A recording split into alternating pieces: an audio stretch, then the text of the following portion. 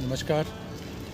आज मैं अपने जोगिंदरनगर में अपने जो हमारा एथलेटिक सेंटर है, मैं यहाँ पहुँचा हूँ। और इस एथलेटिक सेंटर जो जहाँ मैं अभी खड़ा हूँ, ये हमारे जोगिंदरनगर का एक बड़ा महत्वपूर्ण स्थान है, क्योंकि यहाँ से बहुत से युवा के लिए ये एक आगे बढ़ने का एक केंद्र भी है। और ये जो एथलेटिक सेंटर है, ये हम इसको मेला ग्राउंड के नाम से भी जानते हैं, क्योंकि यहाँ पर जो हमारा राज्य स्तरीय लघु शिवरात्रि मेला जो हर वर्ष आयोजित होता है, तो उसका आयोजन भी जो है वो इसी मेला ग्राउंड से होता है। तो ये एथलेटिक सेंटर में, और आज एथलेटिक सेंटर में हम आपको एक ऐसे शख्सियत से, एक ऐसे व्यक्तित्व से हम आपकी मुलाकात करवाएंगे जिन्होंने अपने प्रयासों से, अपने लगातार इस पर एक काम करते हुए बहुत से युवाओं के लिए वो प्रेरणा स्रोत बने हैं, और बहुत से युवाओं का कैरियर बनाने में उनकी बड़ी भूमिका रही है। तो आइए मेरे साथ हम अब मिलते हैं उस शख्सियत से। तो आज हमारे बीच, जैसे मैंने पहले कहा, हमारे बीच एक ऐसे शख्सियत हमारे इस क्षेत्र के, जोगिंदरनगर क्षेत्र के हैं, जिन्होंने युवाओं के लिए, खासकर उनके कैरियर निर्माण में बहुत बड़ा उन्होंने रोल अदा किया है। तो आज मैं आपकी मुलाकात करवाने जा रहा हूँ हमारे कोच रहे गोपाल ठाकुर जी से। सर, आपका बहुत बहुत स्वागत है। नमस्कार सर।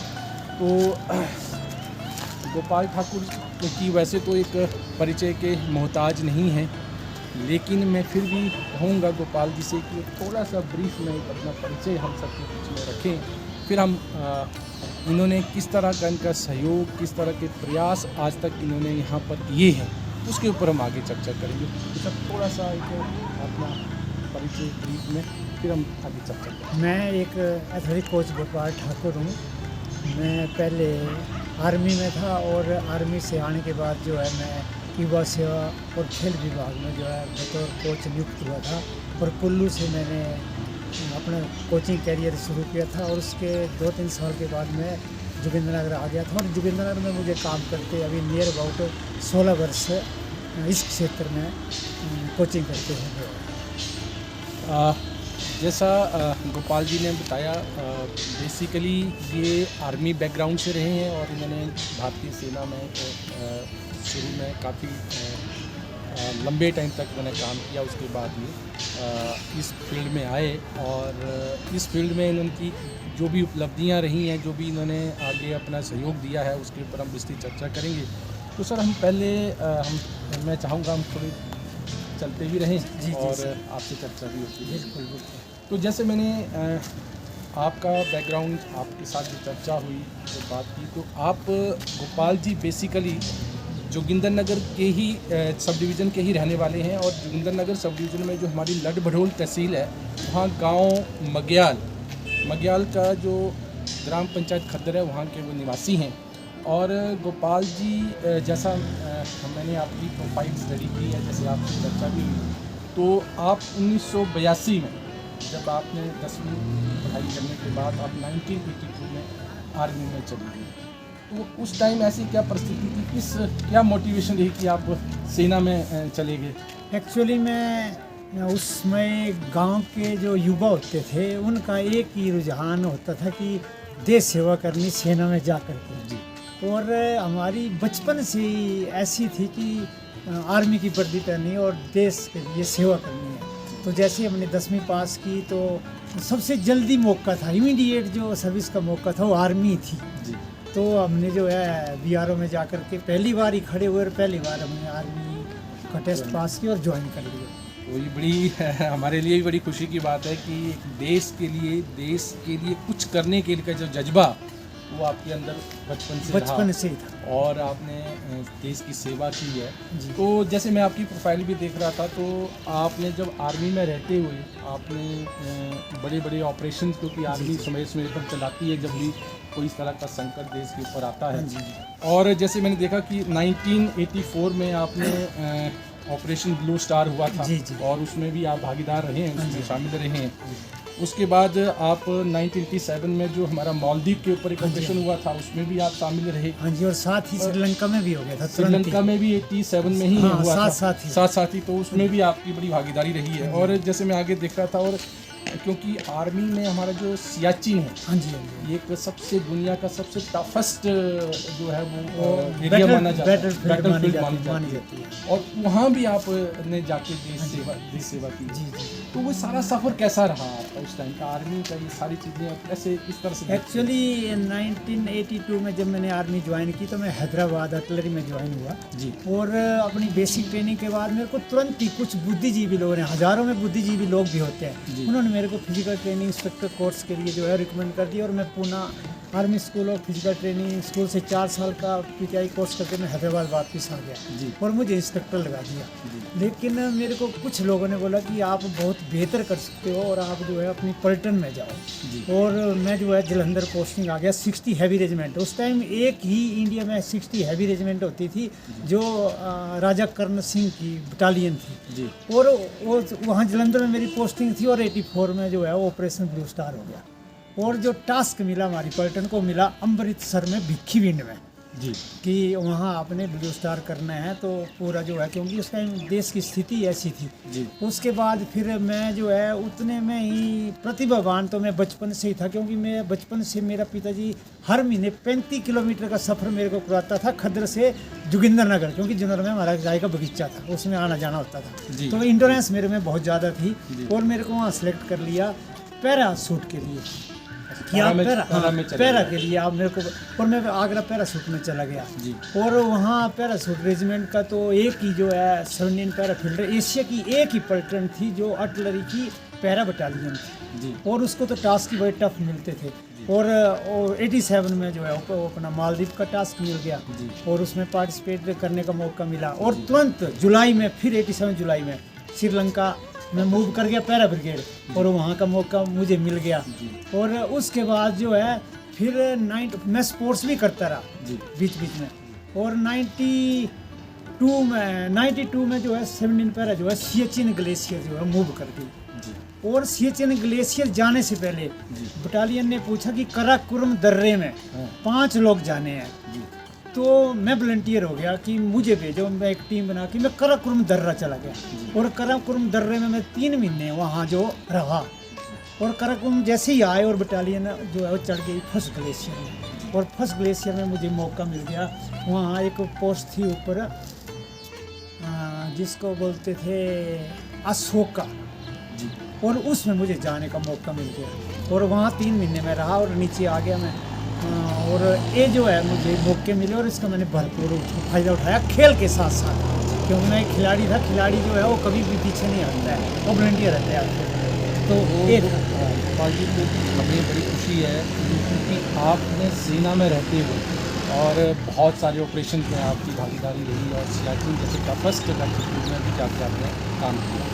लेकिन जैसे आपने जिक्र किया कि आपके पिताजी हमेशा आपको प्रेरित करते थे कि वो चलें, दौड़ें, आगे बढ़ें। तो फिर आर्मी में जैसे आप 1982 में आर्मी में चले गए और आप आर्मी की बहुत सारी एक्टिविटीज़ में आपने पार्टिसिपेट किया ही है, तो फिर ये स्पोर्ट्स से आपकी किस तरह से ये लगाव बढ़ा और आप एक्चुअली मेरे को सेंटर में ही लोगों ने पहचान लिया कि ये बहुत एक इंडोरेंस बड़ा आदमी है, क्योंकि मेरी बचपन से इंडोरेंस बहुत ज़्यादा थी। एक महीने में 35 किलोमीटर 5 वर्ष की उम्र से मैंने शुरू कर दिया था, क्योंकि एक महीने में 35 किलोमीटर में पिताजी मेरे को साथ साथ यहाँ लाते थे, पूरा शॉर्टकट से लाते थे। देखो कहाँ खद्दर है और कहाँ जोगिंदरनगर है, तो वहाँ लाते थे। तो इंडोरेंस बन गई मेरी, क्योंकि इंडोरेंस बचपन से ही बनती है। तो इंडोरेंस है सहनशीलता।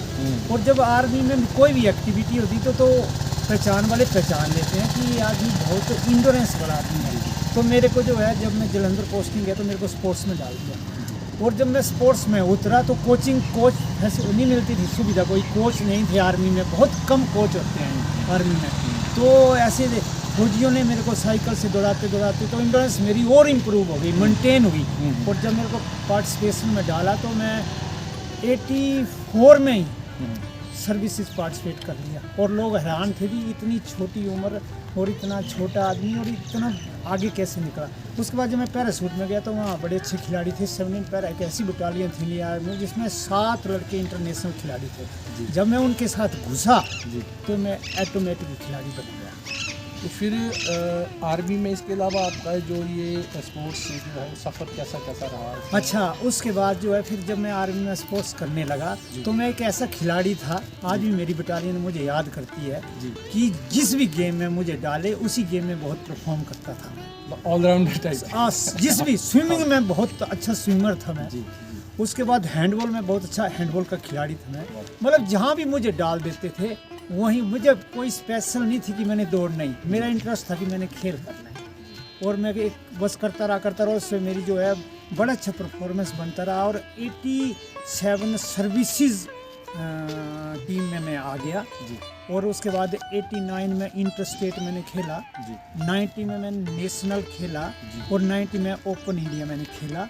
और ये तीनों मैंने जब पार्टिसिपेशन किए तो उसके बाद जो है मैं जो है फिर NIS के लिए अप्लाई कर दिया। मैंने सोचा कि मैं एक कोच क्यों ना बनूं, जब मुझे कोच ही नहीं मिला। और आज कोच की वजह से मैं कितना सफर किया, पीछे रह गया। हो सकता है आप उससे भी आगे परफॉर्म करते हैं। बिल्कुल, अगर कोच होता तो मैं कोच बनूंगा ताकि मैं लोगों को अच्छी खिलाड़ी निकाल सकूं। और मैं जो है वो 92 में मैं NIS के अप्लाई किया और मैं उसमें सिलेक्ट हो गया। और मैंने 1 साल का डिप्लोमा जो है वहाँ बेंगलोर से NIS का किया। उसके बाद वापस मैं बटालियन में आ गया और मैं बटालियन में जो है लोगों को कोचिंग करना शुरू 92 से ही मैंने कोचिंग करना शुरू की और उससे मेरा इंटरेस्ट जो है कोचिंग का बढ़ा।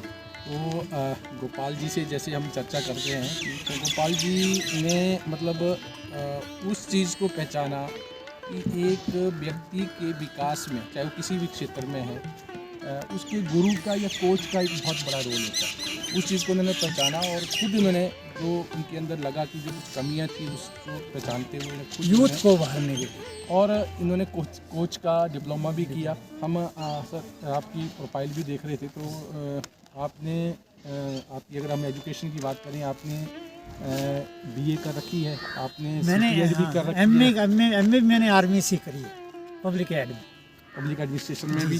तो गोपाल जी ने साथ में देखो आर्मी में से देश सेवा करते करते इन्होंने पढ़ाई भी जारी रखी। इन्होंने BA किया, CPED किया, B.Ed किया, MA किया और साथ में NIS कोच का भी इन्होंने डिप्लोमा लिया। तो इन्होंने अपनी देश सेवा के साथ साथ पढ़ाई भी आगे जारी रखी। तो फिर आप आर्मी से जब निकल आए तो उसके बाद 2002 में आप आर्मी से 2001 में मैं सेवा 2001 में तो उसके बाद फिर आगे का सफ़र कैसा रहा? 2001 में जब मैं सेवानिवृत्त हुआ तो मैंने सबसे पहले मैंने सोचा कि नहीं मैं कुछ ना कुछ करूँगा। मैंने सबसे पहले बैजनाथ कॉलेज में फ्री कोचिंग स्टार्ट कर दी कॉलेज के बच्चों की। और उसी वर्ष जो है मेरे 5 बच्चे जो है ऑल इंडिया यूनिवर्सिटी में पार्टिसिपेट किए। और जो उसको देखते हुए जो बैजनाथ कॉलेज थी, गोस्वामी गणेश नाथ सनातन धर्म कॉलेज, उनके जो प्रिंसिपल थे उन्होंने बोला कि ये आदमी जब फ्री सेवा दे रहा था इसको हम कॉलेज में जो है अपॉइंट करेंगे। और मेरे को 2 स्टार्ट में जो है कॉलेज में जो है अपॉइंटमेंट दे दी एज ए कोच। और मैंने वहाँ जो काम शुरू किया तो मैंने जो है वहीं से मतलब 3 साल मैंने काम किया। 3 साल में मैंने अच्छे लड़के निकाल दिए और वहीं से आर्मी में जो मेरे बच्चे जाना शुरू हो गए। मतलब वहाँ से आपने युवाओं को एक मोटिवेशन देने का काम शुरू कर दिया। जो आपने एक आर्मी में रहते हुए जो आपने कमी महसूस की थी कोच के नाते, वो आपने उस कमी को बैजनाथ से मैंने शुरू कर, बैजनाथ कॉलेज में आपने ज्वाइन करने के बाद वो सारा काम शुरू कर दिया। मुझे प्लेटफार्म मिल गया, एक आपको मतलब मौका मिल गया कि शुरुआत हो गई। तो जैसे हम आपकी प्रोफाइल देख रहे थे तो आप 2005 में यूथ सर्विसेज डिपार्टमेंट में एज ए कोच आए हैं। एक्चुअली उस टाइम कोचों की पोस्टें निकली तो मैंने अप्लाई कर दिया। तो मेरी सिलेक्शन हो गई। 26 एक्स सर्विसमैन जो है इंटरव्यू के लिए गए थे। उसमें बड़े बड़े अंतर्राष्ट्रीय खिलाड़ी भी थे, लेकिन उसमें केवल मात्र मैं अकेला अपॉइंट हुआ था। उसके बाद मेरे के बाद फिर 2 लोग और अपॉइंट हुए हैं, जो कि एक अभी नौकरी कर रहा है और एक जो है वो रिटायर हो गया, वो लग गए। तो गोपाल जी जैसे हम इनसे चर्चा कर ही रहे हैं, गोपाल जी 2005 में हमारा जो हिमाचल प्रदेश गवर्नमेंट का youth services and sports department है उसमें एज ए कोच जैसा मैंने अभी बताया वो अपॉइंट हुए। लेकिन हम अब उसी फील्ड को आगे हम बात करते हैं जोगिंदरनगर। हाँ जी। जोगिंदरनगर में जहाँ हम इस सेंटर के ऊपर खड़े हैं जी। और यहाँ शायद हमारे अगर हम बात करें हमारे एरिया का या हमारे एरिया से अगर बाहर निकल के पूरे हिमाचल की हम बात करें तो यहाँ पर मैं देखता हूँ किन्नौर से भी बच्चे हैं, लाहौर से भी बच्चे हैं, चंबा से भी हैं, हाँ, हर शिमला से हिमाचल भी के हर बच्चे हर आते कोने का बच्चा यहाँ आता हैं। है। यहाँ ट्रेनिंग आपके पास आते हैं हाँ जी। और बहुत सारे जो यूथ हैं आज, चाहे आर्मी की बात करें, पैरामिलिट्री फोर्सेस की बात करें और इसके स्पोर्ट्स साथ कोटे में दूसरी स्पोर्ट्स जगह में भी बहुत सारे बच्चों ने बहुत सारी अचीवमेंट, चाहे आप स्टेट लेवल की हाँ बात जी, करें, नेशनल नेशनल लेवल की लेवल बात करें और अभी तो इंटरनेशनल लेवल पर भी हाँ बात जी, हो रही है हाँ जी। जोगिंदरनगर के जी, बच्चों जी, की। जी। तो ये किस तरह सा ये सफ़र आपने यहाँ तय किया, किस तरह से बच्चों को मोटिवेट किया, ऐसे कैसा सफ़र रहा कि आज गोपाल जी कहीं ना कहीं इस सारी इसमें चर्चा में रहते हैं? एक्चुअली किसी भी काम करने के लिए जुनून और जज्बा और सच्ची निष्ठा और ईमानदारी चाहिए तो रिजल्ट आते ही हैं। तो जब मैं कुल्लू में अपॉइंटमेंट मेरी हुई तो मैं कुल्लू से काम शुरू किया। कुल्लू में मैंने अच्छे रिजल्ट दिए, लेकिन उन रिजल्टों को देखते हुए जो है उस टाइम यहाँ का जो नेतृत्व था वो बड़ा खास था। वो मेरे को उठा के जो है मंडी लाया और मंडी से जो है मैंने जोगिंदरनगर प्लेटफॉर्म को चुना कि मुझे सब सेंटर चाहिए और मैं जूनियर आ गया। और जूनियर में मैंने सफ़र किया 2008 से स्टार्ट और मैंने यहाँ टैलेंट हंट किया। तो टैलेंट हंट किया तो मैंने टाइम लगा मुझे टैलेंट हंट में। लड़कियाँ लाई मैंने बाहर से, कोई करसोग से लड़की आई, कोई यहाँ से लड़कियाँ देखी, बच्चे इकट्ठे किए मैंने। उसके बाद फिर मेरे को जो सावन बरवाल है जो अभी एशिया में जो अभी हाथ में रखी है, जो ब्रॉन्ज मेडल हुआ था और उसने अभी लगातार 3 जो है बैडमिंटन और कलकत्ता मैराथन जीती है और वो लंदन में भी उसने बेलफास्ट इंटरनेशनल जो है वो रेस जीती है। तो ये लड़का मैंने पकड़ा है, मुझे लगा कि प्रतिभावान है तो इस लड़के को मैंने पकड़ा और साथ में और बच्चे ही मैंने पकड़े। तो लड़कियाँ पकड़ी तो लड़कियों ने भी अच्छे रिजल्ट दिए नेशनल लेवल तक। फिर इस लड़के पर मैंने देख लिया कि इस लड़के पर मुझे काम किया जाए, उसका लड़के पर मैंने काम करना शुरू किया और इस लड़के ने जो है 2014 से जो है वो नेशनल लेवल के रिजल्ट देना शुरू कर दिया और 18 तक लगातार नेशनल मेडल जीतता रहा। और उसके बाद जो है मैंने आर्मी में भेज दिया क्योंकि हिमाचल में सुविधाओं की कमी थी। ये मैदान जो है कीचड़ का मैदान है तो इस वजह से मैंने भेज दिया। बाकी और बच्चियाँ भी है जो 5 बच्चियाँ नेशनल मेडलिस्ट है मेरे पास और भी आगे अभी भी जो प्रेजेंट में पनीरी है मेरे पास एक जो है खिलाड़ियों की, वो भी बहुत बेहतर है, वो भी रिजल्ट देने वाली है।